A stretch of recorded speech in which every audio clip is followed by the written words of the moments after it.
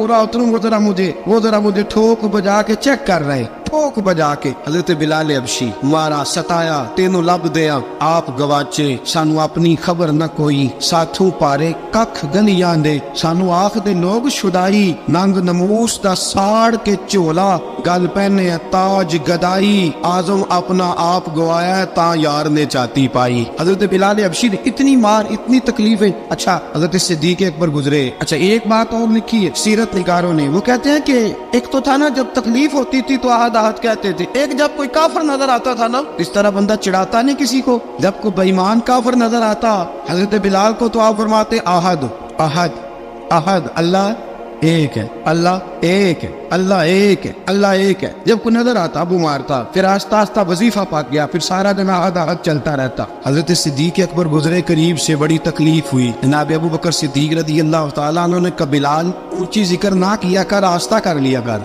ऊंची आवाज में मारते जो है तुझे, तो इस तरह कर जरा, जिक्र दो है ना, एक जिक्र जली है, एक जिक्र खफी है, तू दिल में जिक्र कर लिया कर, ऊंचा ना किया कर, मार से तो बच जा।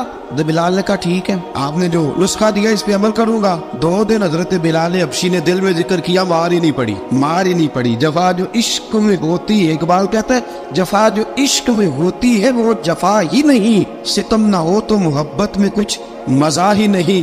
हजरत बिलाल को मारना न पड़ी, 2 दिन मार ना खाए, तो तीसरे दिन उमैया दाखिल वादो कहने लगे आहद आहद आहद। उसने फिर पकड़ लिया दुर्रा, फिर उठाया कोड़ा, फिर लगा मारने। जनाब हजरत बिलाल अबशी रदी अल्लाह तआला अन्हु को मार पड़ रही है। जनाब सिद्दीक अकबर गुजरे, कहा बिलाल तुझे मना किया था, तू फिर शुरू हो गया है। कहा हुजूर आहिस्ता जिक्र करने में मजा ही नहीं आता। सैयदना सिद्दीक अकबर फरमाते कि रसूल पाक गुजरे, बिलाल को मार पड़ रही थी, मेरे हबीब पाक की आंखों में आंसू आ गए, बेखबर वो जो गुलामों से वो आका क्या है। हुजूर की आंखों में आंसू, हुजूर ने दुआ फरमाई, कहा या अल्लाह मेरे बिलाल को निजात दे दे, या अल्लाह मेरे बिलाल को निजात दे दे। रसूल पाक ये कह के गुजर गए। एक कोने में, हरम शरीफ के कोने में बैठ के रसूल पाक रो रहे हैं। जनाब सिद्दीक अकबर ने कहा हुजूर क्या हुआ? फरमाया अबू बकर सोच रहा हूँ खुदा अगर मुझे पैसे दे तो मैं बिलाल को खरीद लूँ, इधर वो पैसे दे तो खरीद लूँ, सोच रहा हूँ। जनाब अबू बकर सिद्दीक घर गए, घर जाके हजरत अब्बास को भेजा, कहा उमैया मेरा मुखालफ है, मुझसे वो बात नहीं करेगा, आप जाइए, आप जाके कहिए बिलाल को बेच डाले। हजरत अब्बास ने जाके कहा बिलाल को बेच दो।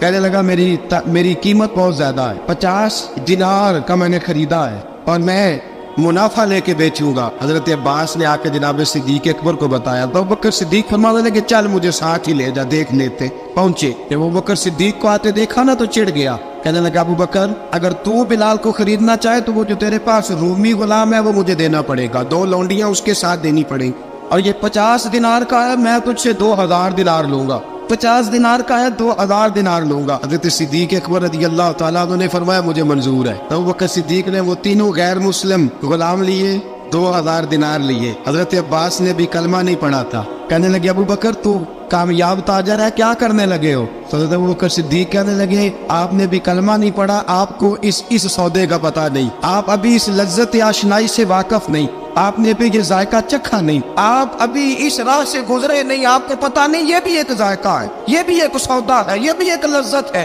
ये भी एक गहराई है, ये भी एक मजा है, इसका भी आपको इल्म नहीं, आपने कलमा नहीं ना पढ़ा। मोहब्बत को समझना है तो ना से खुद मोहब्बत कर, किनारे से कभी अंदाजा तूफान नहीं होता। फरमाया अभी तो राह गुजर में है, कहते मकाम से गुजर, अभी जरा आगे चलेंगे ना, जब आप कलमा पढ़ेंगे तो आपको पता चलेगा। हजरत सैयदना बिलाल अबशी को लेने के लिए सिद्दीक अकबर पहुंचे, 2000 दिनार, 3 गुलाम, पढ़े लिखे सियाणे समझदार, जब दिए ना तो उमैया खिलखिला के हंसा, कहने लगा अबू बकर बड़े घाटे का सौदा किया तूने, अबू बकर तूने बड़े घाटे का सौदा किया है, ये पढ़ा लिखा मुझे दे के जा रहा है और ये अनपढ़ तू लेके जा रहा है, ये खूबसूरत रूमी गुलाम दे के जा रहा है और ये हबशी काले रंग का तू लेके जा रहा है, और 50 दिनार का गुलाम 2000 दिनार में तू लेके जा रहा है, तो इतने घाटे का सौदा, इतनी बड़ी नादानी।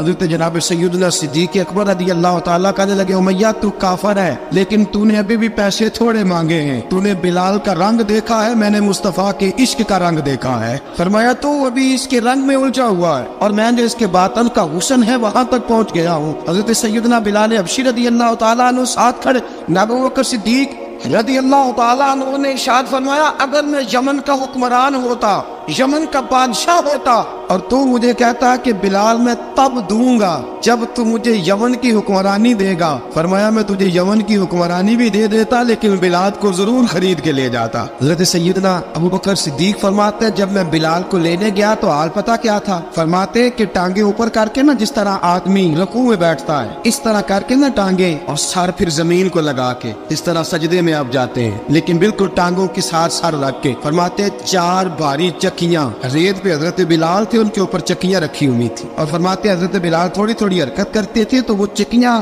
جسم کے ساتھ لگتی تھی نا، پارٹ ان کے، فرماتے زخم بن گئے تھے، خون نکلتا تھا۔ فرماتے میں نے وہاں سے جا کے حضرت بلال کو نکالا، پیسے دیے لے کے آیا تو جناب بلال کہنے لگے جلدی جلدی چلو حضور کے پاس۔ تو جناب سیدنا بلال حبشی رضی اللہ تعالیٰ عنہ کے جواب میں حضرت ابوبکر صدیق کہنے لگے بلال جلدی نہ کر، جب میں آیا تھا تو حضور تیرے لیے آنسو بہا رہے تھے، اگر تجھے اس حالت میں زخمی دیکھیں گے تو میرے مصطفیٰ کو اور زیادہ رونا پڑے گا، تو میرے ساتھ گھر چل، میں تجھے کپڑے پہناتا ہوں، میں تیرے زخموں پہ پٹی کرتا ہوں۔ حضرت ابوبکر صدیق مزاج شناسائے نبوت تھے نا، اور میں چل میرے ساتھ، میں ذرا تیری مرہم پٹی کر لوں، میں ذرا تیرا منہ دھو ڈالوں، میں ذرا تجھے کنگھی کر لوں، تو میرے ساتھ چل۔ جناب بلال فرماتے جب سے پیدا ہوا تب سے غلام تھا، کبھی کسی نے میرے کپڑوں کی فکر نہیں کی تھی، مجھے تو امیہ 4 دن روٹی نہیں دیتا تھا۔ فرماتے جب میں گیا ابوبکر کے ساتھ، ابوبکر صدیق نے ایک چٹائی بچھائی، صدیق اکبر چٹائی کے اوپر میرے ساتھ بیٹھ گئے۔ فرماتے ابوبکر نے تیل منگایا، وہ تیل میرے زخموں پہ، ابوبکر صدیق نے وہ تیل میرے سر پہ، میری داڑھی پہ،